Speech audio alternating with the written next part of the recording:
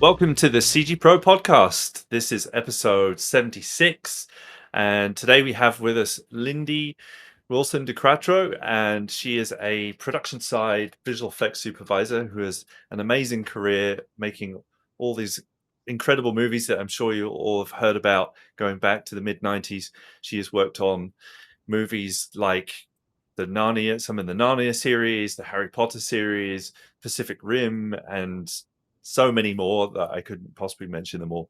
I would invite you all, if you enjoy today, to follow us at becomecgpro.com or in our free Facebook group or Discord. And welcome, Lindy. It's a great pleasure to have you here today. Thank you. Thanks for having me. You bet. Well, thank you for taking time out of your day to share your amazing journey with us. And I'd love to start just by asking a little bit about how you got into being in visual effects in the first place, and going back to the beginnings of visual effects, I guess. Yeah. Well, I'll take you all the way back. I actually grew up in the middle of Silicon Valley. My dad was an electrical engineer. He got his PhD in electrical engineering from UC Berkeley, which is also my alma mater. And he and a partner started their own semiconductor company in 1969. So I was, right there surrounded by electronics and computers from birth, basically. I got my first PC, I think, in 1979. So, before there was Apple, before, any of sort of the companies we know today were even on the map. And I was really into computer games. And it's funny because computer games back then didn't have graphics. They were text-based. So there was a company called Infocom that made a bunch of really cool games. Yeah, you're nodding, so you're familiar. And my brother and I were super into them. And then Sierra Entertainment came out with the first graphical video games. I think it was like a Mystery House or something like that. That was kind of like a Clue game that was really cool. And that actually, interestingly, Sierra Entertainment was started by Ken and Roberta Williams, married couple. And Roberta was the game designer. So she, very early on in the industry, there was, a woman who had a significant impact on the games that they were producing. And I think Sierra, in a sense, actually created graphical based video games. I think they were the first to do something like that. So anyway, I was really into computer games, really into art. And actually, I'll tell you a funny story, not entirely related, but kind of funny. My brother and I went to boarding school in Massachusetts. I live in California, so that's, all the way across the country. And I was 14 when I went to boarding school, way too young to be at boarding school. And I was not particularly a mature 14-year-old. So I got in trouble a lot when I was there, and I got caught smoking in my dorm room. And so I got suspended from school. And this was Easter break, so it was like April. And I was very upset. I was crying. I was like super emotional. And I went to my brother's dorm and I knocked on the door and I was crying. And I was like, oh my God, I got suspended.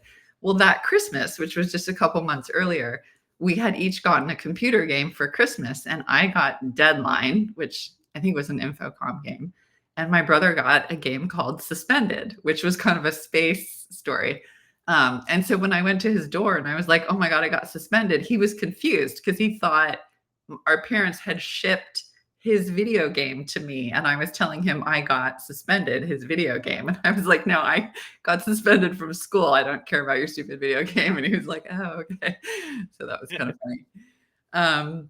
But anyways, went on to finish high school successfully, thankfully. And with that, Congratulations. yeah, right. It was like kind of touch and go there for a minute. But I got into UC Berkeley miraculously. And I knew I wanted to major in art because I had always loved art, but my parents were very practical, and they were like, it's very difficult to make money as an artist. You need to sort of think about what you're going to do for a career. You should think about double majoring in something. And so I was like, okay, well, then I started to think, well, maybe I could be an architect. And I thought, all right, if I double major art and physics, physics would be, I always loved physics, and physics would be useful from the sense of like structural engineering, kind of, understanding loads and forces and that kind of thing.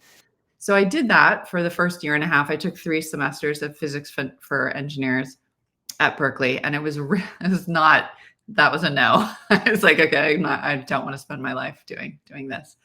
So then I was like, all right, well, what could I do instead? And I thought, well, what if I just do business administration? Because that's so generic. Anybody who wants to run a company or anything, that can be useful.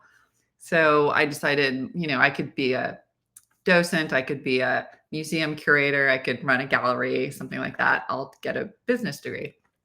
So I started that. And one of the first prerequisites for the business degree, and I have no idea why, but one of the first prerequisites was a Pascal programming class. So I don't know if probably no one's familiar with Pascal anymore. I am. Yeah. Okay. I wrote some Pascal. There you Turbo go. So, Pascal. it was an old programming language. It was around with like Fortran and Cobalt or something like that. Anyway, Cobalt. Yeah. as soon as I did my first like hello world, I was like hooked. I was like, this is amazing. It's like, it's technical. It's like a foreign language. It's creative. It was like, I just thought it was the best thing. So I immediately switched my major to computer science, double majored art and computer science. And that's what I graduated with. So I have a double from UC Berkeley. But then it was like, okay, well, what am I going to do with it? Because, I wasn't even aware of the visual effects industry. I didn't know anything about film. I liked the game industry, but in my mind, it wasn't really art, because I was still sort of thinking of it like Infocom and like, it's not really even that graphics. So I took a job at Intel programming because, it was nearby and it was sort of something to do while I figured out what I was going to do next.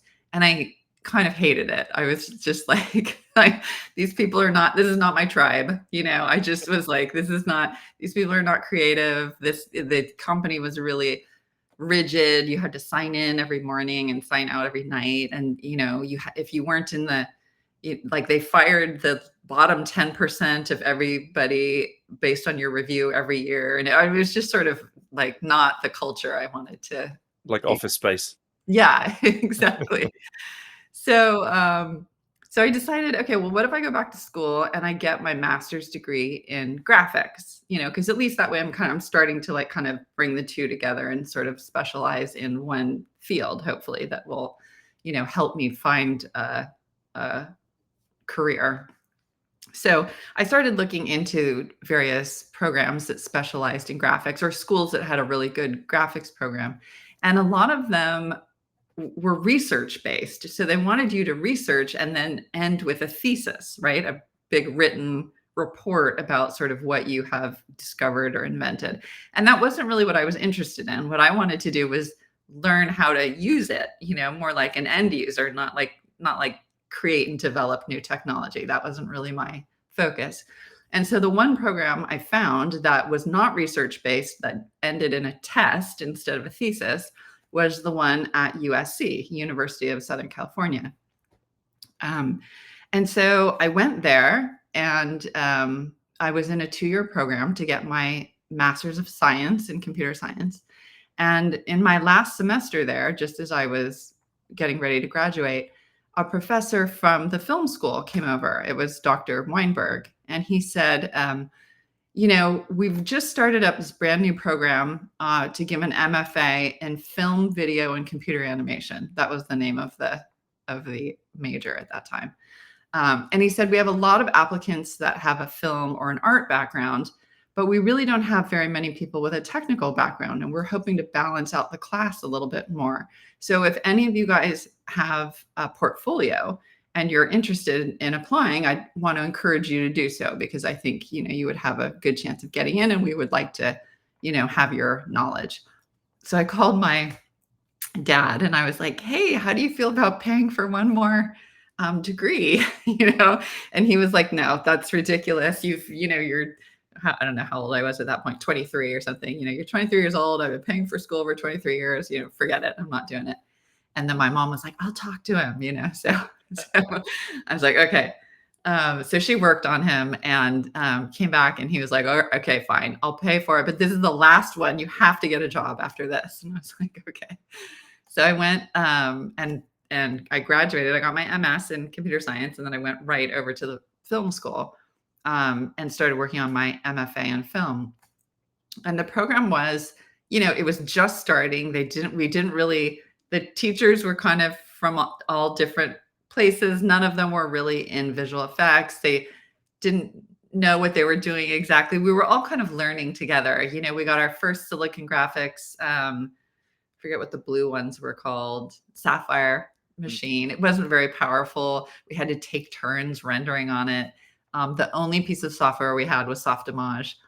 But I made some amazing contacts. And one of the people that I met was this guy, Steve Robiner, who had graduated before me in a different major. And he had done a project called the Silver Surfer, which was kind of an amazing first creation in the world of visual effects, which was basically a humanoid character that looked entirely like it was made of silver, based on a comic book character. And in doing that, he had built a bit of a reputation for himself. And so people were kind of coming to him with projects. And he brought them to our lab at USC, and we worked on them with him. So the very first thing I ever did in any sort of commercial capacity was actually a medical visualization of a procedure called a vitrectomy, which is where you stick a needle in somebody's eye and you suck out blood that's pooling behind the retina. And so I did using Softimage flocking animation, if anybody remembers that, because that's like super old. But frankly, it was like one of the first particle systems that was ever, available on commercial software. So I used that to create this vitrectomy. And then the next thing we did was Steve brought us a project that was a film called, it was originally called A Sailor's Tattoo, and then they renamed it Cyber Bandits. So if anybody has an opportunity to go see Cyber Bandits, it starred Robert Hayes, who was the guy from Airplane, and Alexandra Paul, who was in Baywatch, and then Grace Jones was in it. It was like kind of a random group. But one of the shots was drawing that tattoo on the guy's back. It was like a tattoo that had like a code in it. It was like assembly code, zeros and ones, that made up the tattoo.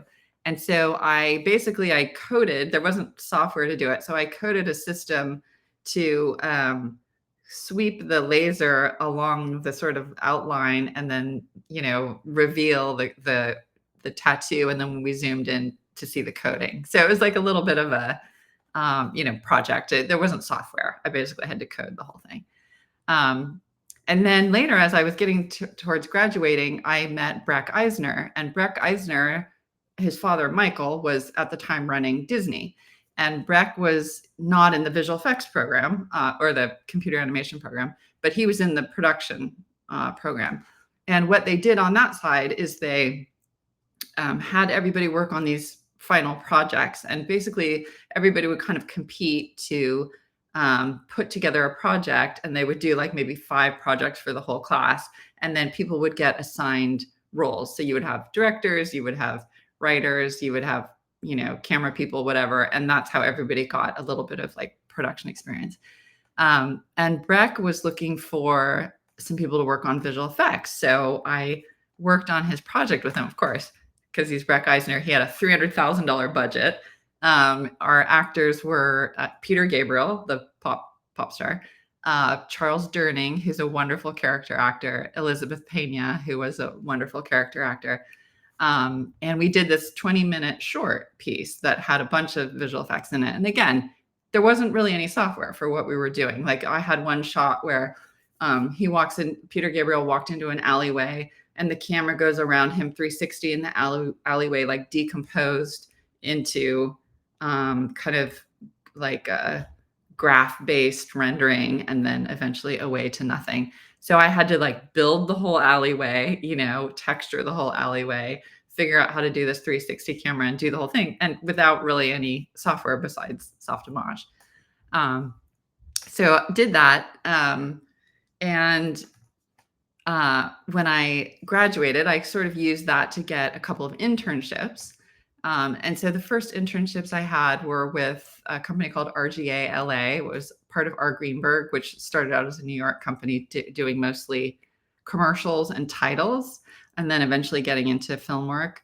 And when I was there, Did you go to LA before you started applying? Did you want to make the move? so I was actually in LA. That's where USC is. Oh, that's right. Sorry. Yeah. Yeah. So when I went down for school, I basically stayed. So I was in LA for like 6 years altogether during that period. Did you know how, like, because the things you're mentioning, if like the guy running Disney, his son Peter Gabriel being in your student movie, like, were you aware of like how kind of unique and Not a that clue. it is in the world? Because I definitely didn't have that in South London. No, no, literally, I did not have a clue. I mean, because again, I didn't even know this industry existed. It's not like I was like, oh, I want to get into visual effects. I was like, I want to do art and I want to use a computer doing it. Like, what can I do? And I literally just fell into it. If I hadn't been at USC for my computer graphics degree, I would have never heard Richard Weinberg. And if I hadn't heard Richard Weinberg, I wouldn't have gone to the film school. And if I hadn't gone to the film school, I wouldn't have met Steve. You know what I mean? It was just like, it's like the butterfly effect. It's just like random the way this turned out. So I ended up doing a 1 year. I actually worked 2 internships simultaneously, one during the day and one at night. So I was not sleeping during this period. But my day job was with RGA LA, and I was working on Mortal Kombat. And then my night job was at the Sony High Definition Center, which was sort of related to Sony ImageWorks, but it was a separate unit because that was created because they were trying to push their digital cameras. So this was one of the first films ever shot on a digital camera. It's called Rainbow. It was written and directed and starred in by Bob Hoskins, who's British. Yes. I think British. No, Bob. Yeah. Okay. Yeah. Roger Rabbit. Yeah. So he's wonderful. He was delightful. So I worked on that. And so basically by the time I graduated and finished my 2 internships, I had 2 film credits, which was kind of amazing. And, again, you have to keep in mind that the industry back then was so small and growing, right? It was so much easier for all of us to find jobs. It's not like it is today. And I, totally recognize how much more of a struggle it is to get started.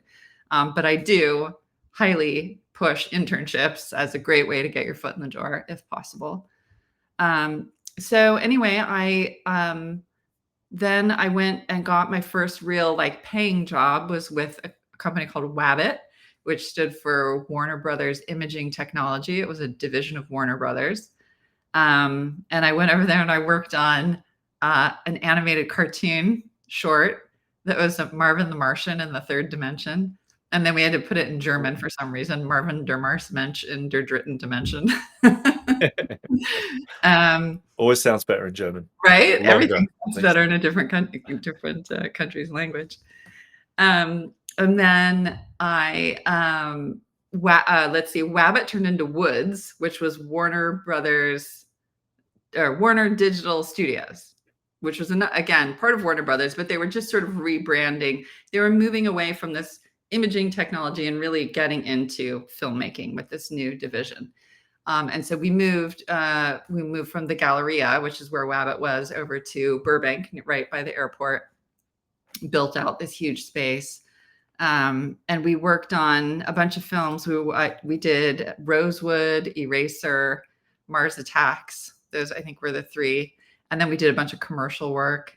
Eraser was kind of funny because that was the movie. And this is sort of a famous Hollywood story, so you might have heard it. But the sort of evil company in the story was called Cyrex. And apparently when they did clearance on it, they thought legally it was going to be okay. But there was or maybe it was Cyrex. Yeah, no, it was Cyrex.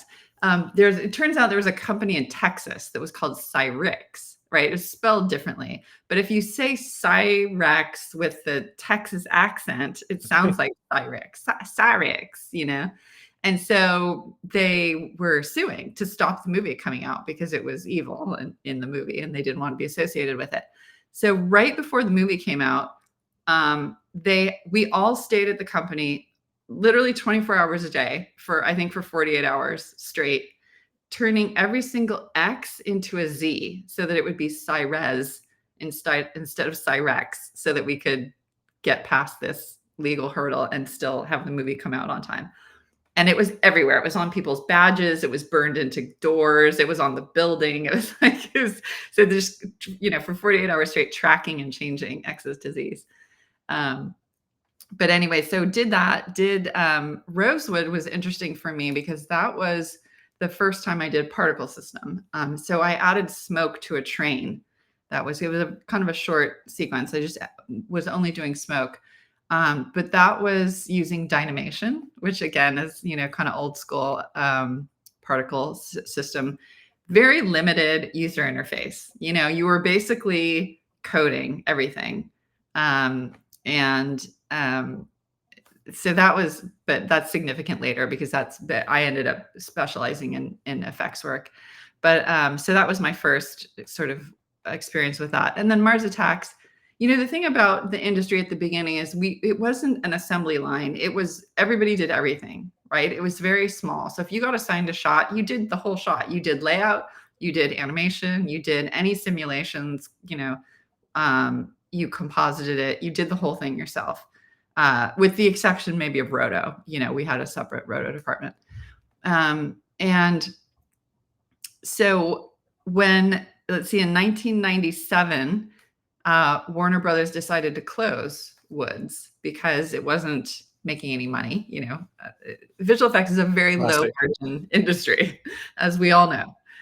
Nobody makes a lot of money out of it. You do it because you love it and you hope to make enough to keep the doors open, right? It doesn't take much for that to sort of go upside down. So they decided to close it in 1997. And so I thought to myself, you know what, I'm just going to go home. I'm from Northern California. I wanted to go back to Northern California. By that point, everybody sort of knew and agreed that ILM was the best company in the industry. And I was like, I just want to work from ILM and be near my family. So I applied, and they said, well, do you want to be an animator or a TD? And I was like, well, I want to do both. I do everything, I don't want to pick. And they were like, yeah, it doesn't really work that way up here. You kind of have to be, one or the other. And I said, well, which one gets to be a visual effects supervisor? And they said, well, that's usually a TD. And I said, okay, then I want to be a TD. So that's literally how I picked, what to specialize in, because I just wanted to be a visual effects suit. That's really cool. I mean, I think there's a big clue in that for anyone listening that ask the questions that you were asking were the important thing in that, to me anyway. That often people come to us and ask, what should I learn? What should I do? Where should I go? And really, what I did was to ask the same question: what software are people using in the industry? At that point, it was Maya, and so I learned Maya, and it led to getting jobs because all the jobs were in Maya at that time.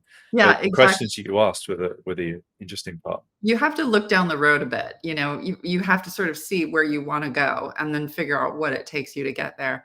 And I knew I wanted to be a visual effects soup, because I saw, I answered to a visual effects soup during my time at Warner Brothers, and I wanted to have that job. So I knew that was the direction I wanted to go.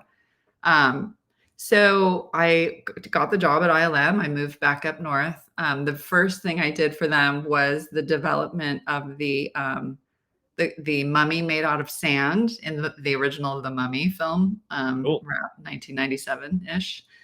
Film probably came out in 98. And then I just sort of, my title was TD. It wasn't like, they didn't separate it into like creature TD for cloth sims and rigging and lighting TD and effects TD. In those days, you were just TD. You did all of that. But I kind of specialized in particle systems. So I did the snow in Jack Frost. I did the smoke in Wild Wild West. I did the raining frogs in Magnolia. I did water in Perfect Storm and in the Poseidon Adventure. I did fire in Harry Potter and the Half-Blood Prince. I did clouds in Peter Pan. I did the three brides dying in Van Helsing with their skin kind of burned and came off. And I did the taffy roadway in the Son of the Mask. Actually, that was kind of funny because so when I did the clouds on Peter Pan, I was sitting in dailies one day, and there was this shot where there's a cannonball that gets fired from the ship, and it goes at the camera's way up high, and the cannonball goes past the camera, and the camera does a whip pan with the cannonball, and we were looping it, and so it was whip pan over and over again, and I got super nauseous, like to the point where I was crawling on my hands and knees out the door to get to the restroom because I was like, I'm not going to make it.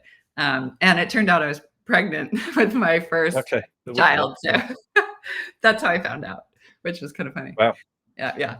And then when I did the Taffy Roadway for Son of the Mask, which was a couple years later, I was actually pregnant with my second child. And I actually went into labor at work. So I was like trying to finish. I was coding for the roadway to do these sort of sine waves, and I was trying to finish it up because I was supposed to hand it off to another artist to go on maternity leave. And so I would have a contraction, I'd like stop and just like write it out, and then I'd code some more really quick, and then I'd like stop. And so finally I couldn't take it anymore, and I left. And in those days we didn't have iPhones weren't invented yet, but we all had Blackberries, which did your email, right? So you could see your email. And the next day in the hospital, I had my husband bring me my Blackberry, and I opened it up, and I had all these messages like, "Where's Lindy? Does anyone know where Lindy is? Like, she's supposed to be in this meeting and we can't find her." And then they finally clued in, like, "Oh, she must have had the baby," because it was like, obviously. But luckily I finished it. So that was fine. Nice.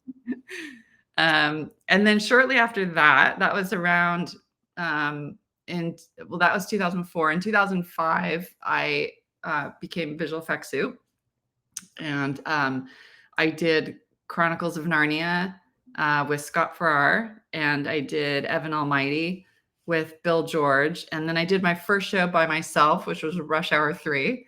And then I did Surrogates, Mission Impossible, Ghost Protocol.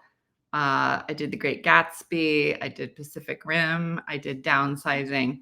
But at this point, I was kind of disillusioned with my experience at ILM. I'd been there 20 plus years at this point. And I just wasn't really happy with the kind of projects I was getting. I was, frustrated, feeling like, that a lot of men were kind of hopscotching over me, right? Like I was like having a really hard time getting the bigger shows and getting crewed. I would spend big periods of time on overhead in between projects. And I was just getting really frustrated with it. Some people were great. Some people were not. I think management in general was not, and they didn't really get how to market me, and they didn't want to push back on the studios at all because, it's a service industry. I get it. We want them to want to bring work to us. And if you're shoving somebody down their throat that they don't want, they may just say, screw you and leave, so I get it that it's a difficult situation, but I just wasn't getting the help from them that I wanted, so I decided to leave in 2017. And I went production side and decided to be a production side visual effects supervisor.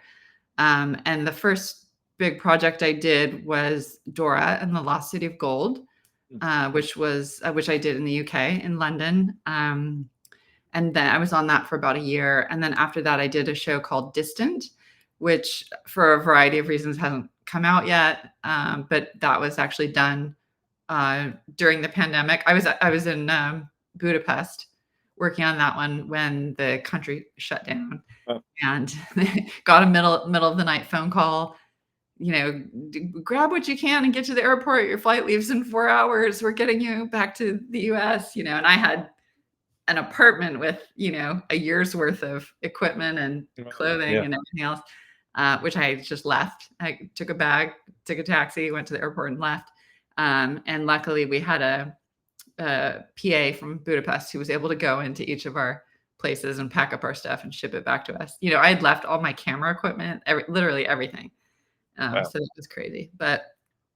And then for the last 3 years, I've been working on Atlas, which came out Memorial Day weekend on Netflix, which was a big sci-fi action you know, tent pole, which was great, a lot of fun. And that basically brings us till today. I joined the Academy in 2016.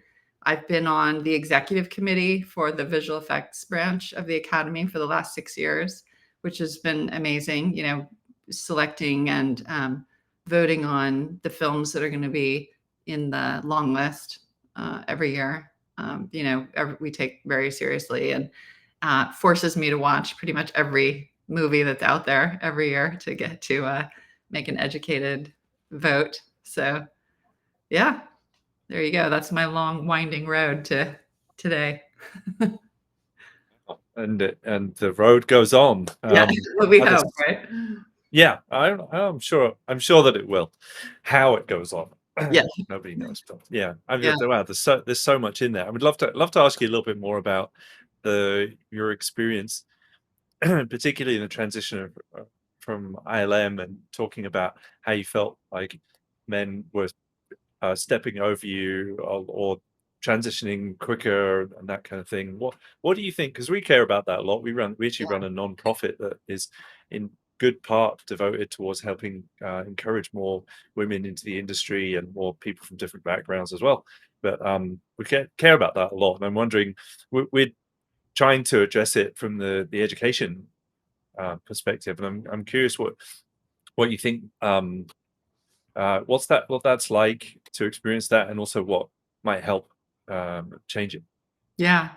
It's such a hard problem. I have come down to the two main things that I think can help are education, right? In this, not in the sense like we need women to be in STEM. I think that's happening and that's great. Education in the sense that there's so much what we call unconscious bias, and if you have to make people aware of that. You have to make people understand the way their own unconscious bias affects their decision making. And I can give you some examples of that. The other thing that I think needs to happen is quotas. They have to happen. It's the only thing that's going to jumpstart a big shift. And that has to come from the studios. And there's no incentive for them to do that. The Academy is trying, and they've put some things in place in terms of qualifying for Oscars and such. But there's too many ways to get around it, even in the Academy's rules. But I do think quotas have to happen to force the issue. I'll give you an example. I did Mission Impossible 4, which was Ghost Protocol. And I did the show with John Knoll. We split it basically. And when it came time for Mission Impossible 5, they wanted John, and John wasn't available. And the ILM put me forward, and they were like, we want someone more experienced. There's a lot of code words. Nobody says we don't want a woman. Like everybody's too smart to say that, and they may not even realize that they have the bias, but they're saying like, what they said, like, the directors really can be really difficult, and we just need somebody who's tough enough to kind of take him on. If people are using words like tough, and Yeah. that's a gender word. So there was quite a bit of that. John Knoll actually took my reel and flew to New York and met with the filmmakers to tell them, like, this is the right person. This is the work you have to do. She's done this before. I'm telling you, as the expert, this is the right person for your show. And they wouldn't take me. And it's not a one-off. That happened to me on Terminator 4. Terminator 4 came to ILM. I did the whole bid. I met with the client. They were happy with everything. They loved the breakdown. They liked my methodology. It was all good. And then literally on the day that they were to award the show, on the day they went to sign the contract, they said, "Who else do you have?" And, and that's when, in my opinion, ILM should have stepped up and said, "No, she's the right person. If you want to come here, that's the person you need to take." And they weren't willing to do that, So they put a male supervisor on the show. He didn't want the show. He didn't want the show to the point that he let them know he didn't want the show, and they ended up having to swap him out for yet another supervisor. And I just thought that's so, like, think about that. They would Yeah. rather have a man who didn't even want the work. It's shocking, Yeah. you know? So, Yeah. It sounds challenging, and I'm glad that you're, doing things now to working with groups to try and affect the change. And I know it's a difficult thing to do. What from an sort of systemic bias perspective, is there are there any other things? I know you mentioned education and people being encouraged to enter into the subjects that you did, and that I did a computer science degree as well, and there was one woman doing it out of yeah, 120 people. So at that point, there was clearly not that many women entering at that stage. yeah. Maybe a little different now, but I know it's different now because my daughter just graduated, and I'm always harassing her, like, "How many women are in there? How many minorities are in there?" mm, Look, it's still dominated a lot by Asian people in California. It's still dominated a lot by men. So if you're a white or a black or a female, I should say, if you're a white female or you're black of any gender, you're a minority by a great margin. Back when I was in school, I was the only one, right, but that was I'm not gonna tell you, but that was a lot a lot of years ago. So it's improved. It needs to keep improving, for sure. But I don't think that's the biggest issue. I think a lot of people like to say, "Oh, well, I couldn't hire a woman because there aren't any women in STEM," mm, or "I couldn't hire a woman because there weren't enough women that were qualified," or "I hired a woman, but she didn't want to do it. She wanted to go back home and be with her kids." I don't believe that. I don't believe that. I don't believe any of those arguments. I know that there are qualified women, and I know that there are women in STEM. And yes, I would like there to be more women in STEM, but there's enough to have more women supervising than we currently have. If you look at the percentage of women visual effects artists, it's not 50%, which it should be, but it's certainly far higher than the 1% of females who are visual effects supervisors. So there's a disconnect happening at the top. It's not just that there aren't qualified women, which again, I don't believe. right. Yeah. Yeah. Well, um, anything else that can help? I think sometimes we'll hear about like having positive role models, people being encouraged to try and go for those Yeah. positions. Um, Yeah, I mean, look, it's hard for me. I don't hire visual effects supervisors, right? And I'm yeah. not really in a facility anymore to the point where I can even hire supervisors as CG soups or whatever. But what I can do is be the best example of female visual effects supervisor that I can be. If the first few people who get their foot in the door fuck it up, then that's really bad for everybody who's coming up after them. So I think for me, it's like the best thing I can do is like do my best job and be really good at it so that that can't be the excuse anymore. Right. Yeah, that makes sense. Has it been different, um, being on client side in terms of, I don't know, opportunities for you personally, or any differences between that and the vendor side? It is very different. In a lot of ways, look, I love it. I like it way better. The problems are different. Mm, The problem for me at ILM was like not getting hired onto shows, right? It was like ILM not pressuring the studios into giving me a chance. Now that I'm production side, and my agent, the woman who's responsible for crewing me, is amazing at that, right? She really, like, people are like starting to hem and haw. She's like, "Look, you said you wanted to have diversity. You said you wanted to have inclusion. Here's your opportunity. Put your money where your mouth is." Like, she's willing to pressure them, to give me a shot, which is exactly what I needed. Um, Once I'm on the show, I don't have any trouble with the director or the producer or the studio, because those are the people who've hired me, right? They've already made the decision. The problem then becomes your interactions with the other people on the crew, the other heads of department.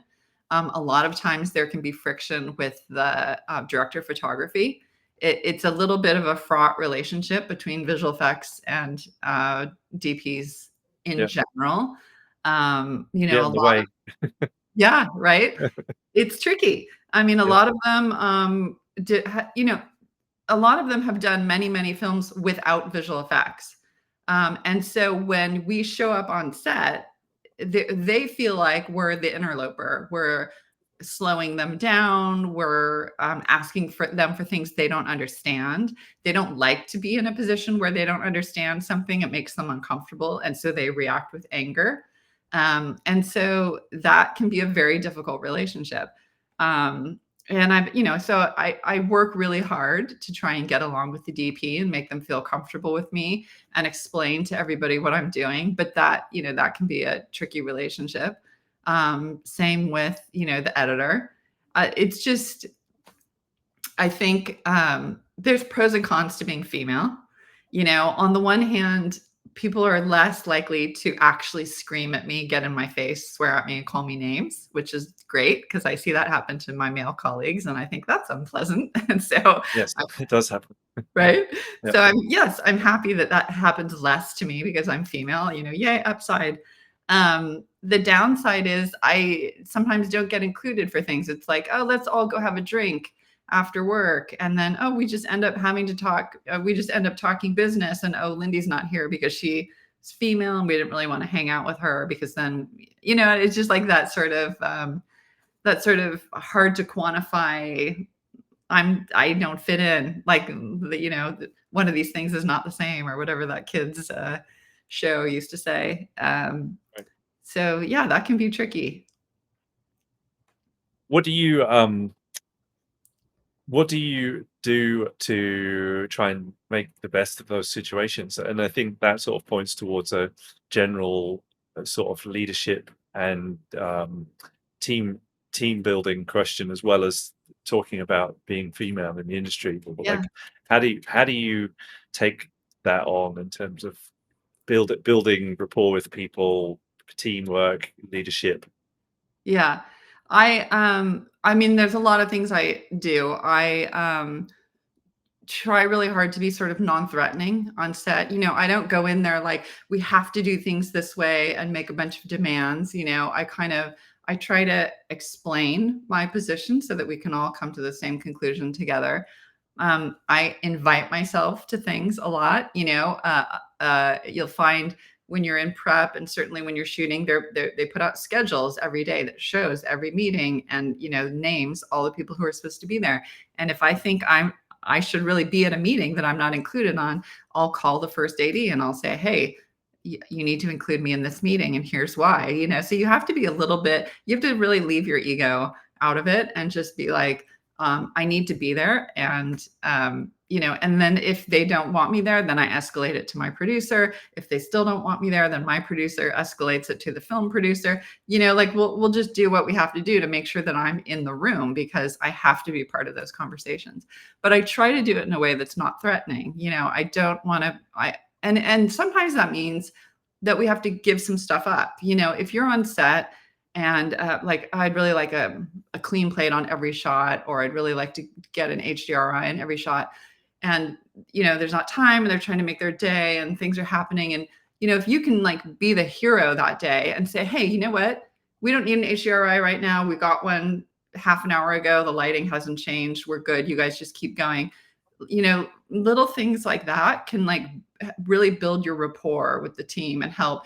And even sometimes things that you need, if you have to give them up. And then you just go to your producer and be like, look, I didn't get this one thing. This is my reasoning behind it. It's going to cost us X amount of money in post because it's going to make this that much harder. We need to find the money and make sure that we have that put aside for that thing, because that was a decision I made as the supervisor, and so sometimes that happens. You just, if you get really rigid it has to be like this, it has to be like this, you're just going to piss everybody off. And at the end of the day, that doesn't help anyone. You need to be working together towards the common goal of making the best film you can make, and not have it be about, you.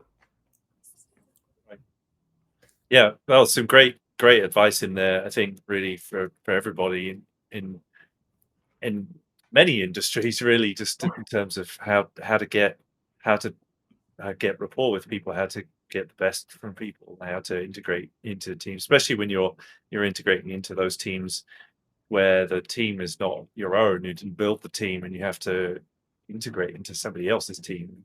Yeah. And a lot of times, you might get brought into a team that's all worked together before. The film industry in any one city is not huge, right? A lot of the times, the same grips and the same camera operators are kind of jumping from show to show, and you end up working with the same people.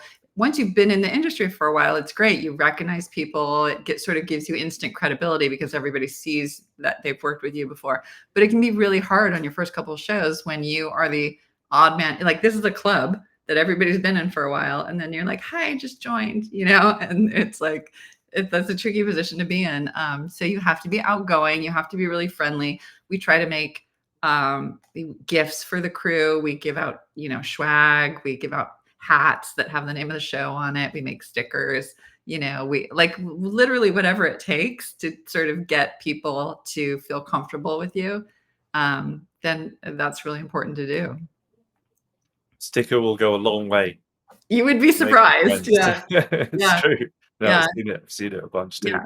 No. Yeah. I mean, look, I have had some unpleasant experiences on set. I've had more unsolicited back rubs than I could probably count. I've had, other unfortunate things happen, but that's not the biggest problem with being female. And, that's more the exception than the rule.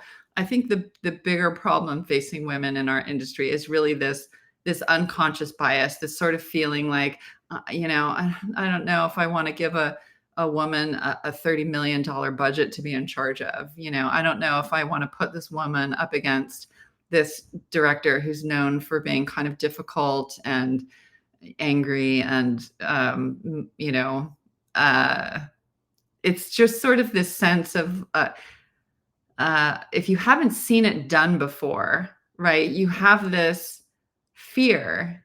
It's kind of like if I say, I need brain surgery, right?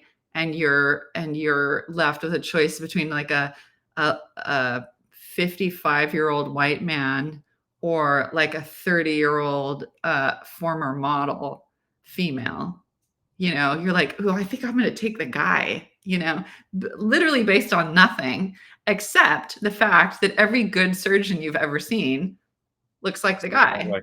Right. Yeah. So it's like, if you don't see it, if you haven't seen it, you just have this kind of concern that it can't be done, I guess. And so it's important to see it, which is why I say, again, we need quotas. Yeah. And I think you're setting an amazing example to people as well, showing them what's possible to accomplish. And I think sometimes they need to see that, so to know that they want to go for it. It's funny, when I left ILM, Lauren McCallum, sorry, forgetting her name for a minute. Lauren McCallum called me. She's been around the industry for a while. She was at Mill at the time, I think, when I talked to her. And she called me out of the blue. I've never met her before. And she said, I'm working on this committee and we're trying to figure out how to get more women in the industry. And I just wanted to talk to you as like a success story, of a woman in visual effects. And I started laughing because I was like still at ILM at this point. And I just started laughing and I was like, oh my God, if you think I'm a success story, then we have huge problems, because like work to do. I'm like, I do not see myself as a success story. I'm so frustrated with, my career and where I am and all the things I've not been able to do. And in her mind, I was a success. And I just thought, well, that is just a really sad commentary on women in the visual effects industry. But interestingly, she's been great. And she was one of the people who sort of gave me the motivation to leave ILM and to try something different, So, but I just, that always stuck in my mind is like, okay, wow, that's shocking. I totally get it. Well, I hope that you see that now, because I think you've had an amazing career now, having a lot. Getting Yeah. there, yeah. I mean, it's it's a really scary time in our industry right now, I think, for a lot of Yes. people. The industry hasn't really recovered yet, Episodics are going and really didn't crash the way that films did, but films are really slow, and I'm starting to see some scripts on some lower budget projects, but we're really not seeing any of the $100 million kind of tentpole films that we were seeing a year ago. And that's bad for visual effects, right? Because in order to hire a lot of visual effects artists, you need a big budget. Yeah. We generally say about a third of a film goes to visual effects, right? So if you have a $100 million film, you probably have about a $33 million visual effects budget. And if you have a $10 million film, you're looking at three. So we need those big films to employ all these people. And same thing's happening in games. They're laying off tons of people. Companies are closing, which is, it's sort of inexplicable to me when they're seem to be making so much money. I don't Yeah. know what's gone wrong there, but it's a really scary time. And generative AI has started this whole conversation about what does that mean for the future of the industry. Um, and I think some people are getting out, and people also are still getting in. I mentioned my Yeah. daughter just graduated, similar degree path as mine. She did interdisciplinary computing in the arts with a computer science minor, so she's very similar. And she's getting into visual effects. I tried to talk her out of it. She wouldn't listen. So, I think there's a future for our industry for sure, 100% for sure. It's not going away. It is cyclical. It does grow and shrink over the years. That's normal for it. It has shrunk in terms of the work available way more in the last year than I've ever seen before, which is concerning. But I also do know that it's going to be back. Studios need content. They are profit driven. They cannot make money without content. It is going to happen. The appetite of the American public may be fine with $10 million rom-coms for a year. They're not going to be fine with it for 5 years. So the big action movies, the big visual effects projects will come back. It's just a question of, who's going to be around to do them. And some people will look into other industries and move on, and some people will ride it out. And tools will change. We will have to use AI tools. We will have to learn them. It will be part of our pipeline, 100%. It will not take away all of our jobs. It may take away some of our jobs, and hopefully those people can retrain into other areas. But I still feel like the future of the visual effects industry is great. It's just not great right now.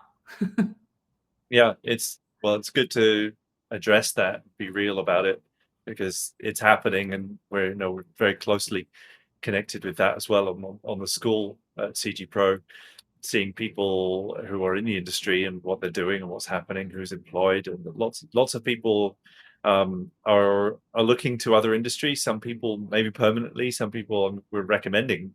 If you can use the same tools in a different industry Yeah. for a bit, do it, and then when the film stuff comes back again, you can jump back again. It doesn't have to be forever. Some people are not so happy to do that in the short Yeah. term, but I think it's a good idea.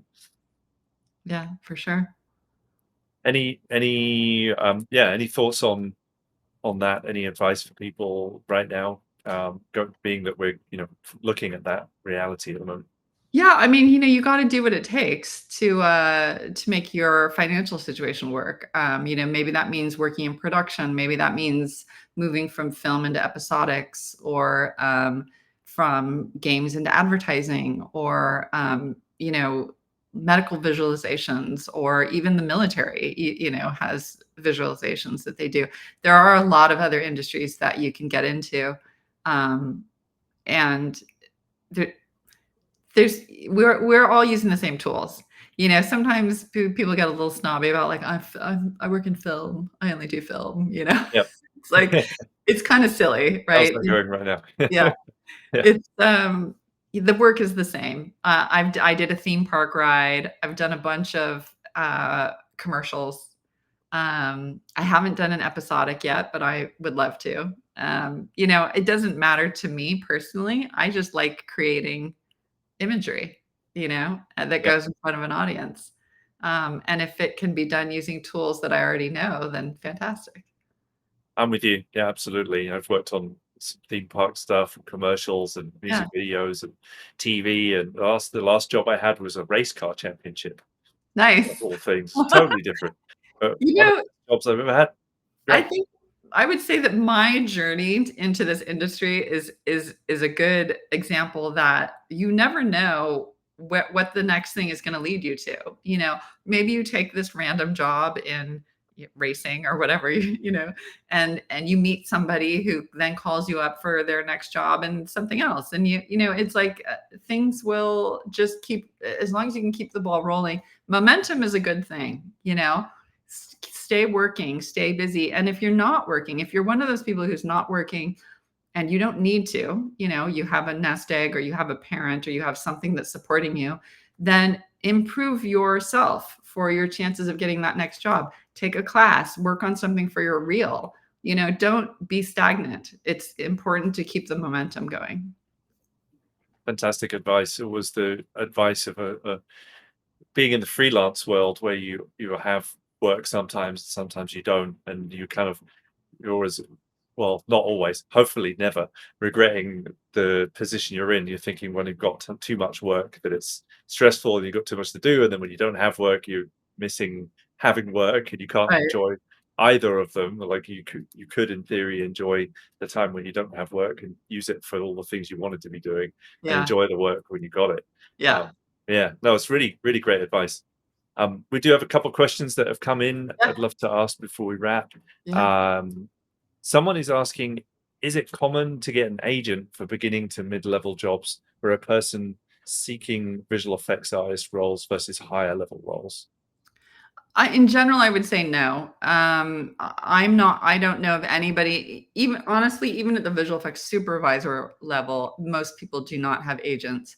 For one thing, they take a big cut of your salary, 10 to 15% usually.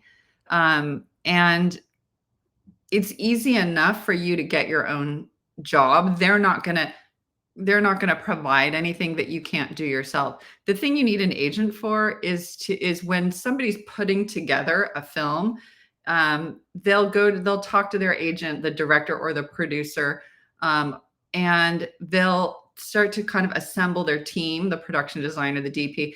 And if those people have an agent, and that agent can say, "Oh, and by the way, I've got a visual effects soup that you really should talk to because she'd be perfect for this." They're looping you into a conversation that you wouldn't otherwise know how to contact those people. That's when an agent is useful. If you're just trying to get a job with a facility, I would say no, not necessary. Right. Yeah, good answer. I know that they do exist. I've never had one myself either, although the opportunity has come up as an artist even. And some follow-up question saying, where, if so, where and how would you get one? So let's say you're at the visual effects supervisor level, and you're ready to go production side, right? That would be more of, I think, the time. Honestly, what generally happens is, people who are nominated for visual effects Academy Awards will sometimes get contacted by agents saying, we would like to lure you away from the facility you are currently working at and bring you on to be production side with us." And I know of a few people where that has happened in exactly that sequence. Um, I have been cold called uh, by agents before, asking me if I had representation and being interested. it's very hard to reach out the other direction. Right. If you call WME and say, "Hey, I'm looking for a visual effects agent," nobody will call you back. Right. And so in that case, I think you have to go through somebody you know. So if you know somebody who has an agent, you can say to that person, "Hey, I'm interested in going production side. I'd really like to get representation or talk to somebody about representation. Would you mind talking to your agent so and so and having that person contact me?" That's really the only way that you can sort of reach out to an agent successfully. Great. So win an Oscar and the world will call you. Yes. Well, you don't even have to win. Winning Right. helps, but if you've got to at least get nominated. Just a nomination. Yeah. Cool. Well, is there anything else that you'd like to share with the community? Any places they might be able to follow your work or anything that you want to share before we wrap? Luckily I am the only Lindy De Quattro out there, so I'm pretty easy to find on all the socials. And I can't obviously help everybody, but when women specifically reach out to me, I do try to at least answer your questions, or give feedback if I can. So hopefully I can help. You are already, and by doing this as well, and being able to talk to you today has been an absolute pleasure. Thank you so much for taking the time. Thank you. Thanks for having me. You bet. Well, hope we get to have you back sometime, and Sounds good. yeah, look forward to it. Thank you also to our audience today. Thanks for being here and for asking questions and engaging. And I look forward to seeing you all again in 2 weeks for another podcast. If you're interested in CG Pro the School, we have an open day tonight, and you're very welcome. We'll probably drop some links out, and I'm sure sending it out in other ways. But tonight's theme is Inside Out. We've been making some cool Inside Out themed stuff in Unreal Engine. So if you want to come and see that, come and join us tonight. And other than that, thank you all for being here. I appreciate you all. Go out and make cool stuff and use the time that you have to grow and create. And we look forward to seeing you again soon. Take care, everybody.